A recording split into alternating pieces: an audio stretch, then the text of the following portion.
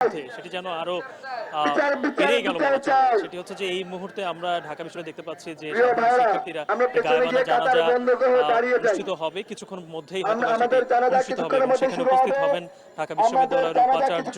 তিনি উপস্থিত হবেন এবং তিনি আসলেই এই গায়েবানা জানাজা এখানে শুরু হবে। ভিসি চত্বরে এই গায়েবানা জানাজাটাই অনুষ্ঠিত হবে। শাফিন জানেন যে কিছুক্ষণ আগেই আসিয়ার মাগুরায় তার যে জানাজার নামাজ সেটি অনুষ্ঠিত হয়েছে এবং তারপরে এটি পূর্ব ঘোষিত। আসিয়ার মৃত্যুর পর থেকেই এই ঢাকা বিশ্ববিদ্যালয়ের সাধারণ শিক্ষার্থীরা যে ধর্ষণের বিরুদ্ধে আন্দোলন করছিলেন তারা ঘোষণা দেন যে এই আসিয়ার মৃত্যুর পরেই তারা একটি গায়েবানা জানাজা করবেন এবং সেটি আর কিছুক্ষণের মধ্যে অনুষ্ঠিত হতে যাচ্ছে এবং তারা বিভিন্ন স্লোগান দিচ্ছে এই গায়েবানা জানাজা থেকে। তারা বলার চেষ্টা করছেন যে আসিয়ার যেই মৃত্যু মম মৃত্যু আসলে এবং মর্মান্তিক এই মৃত্যুর অবশ্যই বিচার হওয়া উচিত এবং যেই ধর্ষকরা এখন বন্দী রয়েছেন তাদেরকে দ্রুত তাদের যেন সেই শাস্তি কার্যকর করা হয় সেই বিষয়ে তারা দাবি তুলছেন এবং সেখান থেকে আমরা একটা বিষয় আসলে স্পষ্ট দেখতে পেয়েছি যে ঢাকা বিশ্ববিদ্যালয়ের কয়েকটি জায়গায় এই বিক্ষোভ মিছিল অনুষ্ঠিত হচ্ছে এবং এখন এই ভিসি চত্বরে গায়েবানা জানাজা হবে।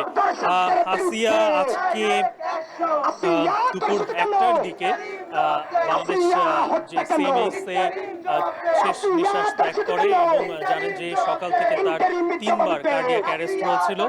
2বার ডক্টররা তাকে ফিরিয়ে আনতে পেরেছিল কিন্তু শেষবার তৃতীয়বার যখন কার্ডিয়াক অ্যারেস্ট হয় তখন তারপরে আর তার হৃদস্পন্দন খুঁজে পাননি, যে কারণে শেষ পর্যন্ত আসিয়াকে মৃত ঘোষণা করা হয়। গত এই মাসের 6 তারিখে আসিয়া তার বোনের শ্বশুর বাড়িতে বেড়াতে গেলে সেখানে তার বোনের শ্বশুর এবং তার দুলাভাই এবং সেই আর মোট 3জন মিলে এই ধর্ষণ করে শিশু আসিয়াকে। তারপরে তাকে নিয়ে আসা হয় ঢাকা মেডিকেল কলেজ হাসপাতালে এবং সেখানে তাকে লাইফ সাপোর্টে রাখা হয়, কিন্তু যখন পরিস্থিতি আরো খারাপের দিকে যায় তখন তাকে নিয়ে যাওয়া হয় সিএমএইচে, কিন্তু শেষ পর্যন্ত আসলে শেষ রক্ষাটা আর হলো না।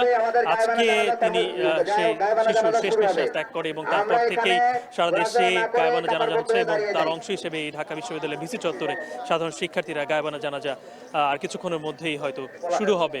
শাফিন, এই ছিল আমার কাছে ভিসি চত্বর থেকে সর্বশেষ। শিশু